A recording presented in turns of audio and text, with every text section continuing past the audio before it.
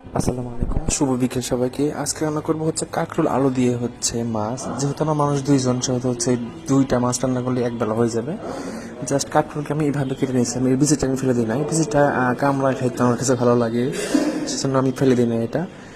আর একটা আলু ইউজ করেছিলাম, যেহেতু মানুষ দুইজন, আমাদের এটা এক এক বেলাতে হয়ে যাবে। এরপর মশলা কষিয়ে কাঁকরোল আলু দিয়ে হালকা লবণ দিয়ে কষাচ্ছিলাম।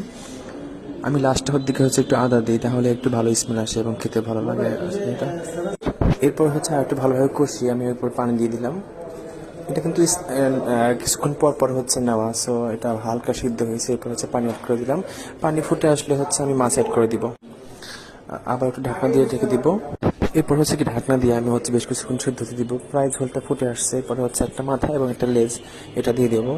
আমি লেজ খেতে পছন্দ করি না, মাথা খেতে ভালো লাগে। অন্যজন আবার আমি লেজ খেতে পছন্দ করি, সো লেজ দিয়ে দিলাম। এটাকে আমি আগে থেকে ভেজে নিয়েছিলাম কড়া করে।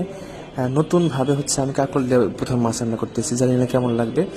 কাঁকরোলের ভাজিটা আমার কাছে সেই মজা লাগে, কিন্তু কাঁকরোল দিয়ে তরকারি কীভাবে রান্না হয় এটা আমার কাছে আজকে হচ্ছে এক্সপেরিমেন্ট হিসেবে নতুন থাকবে। ভালো লাগবে অবশ্যই ফলো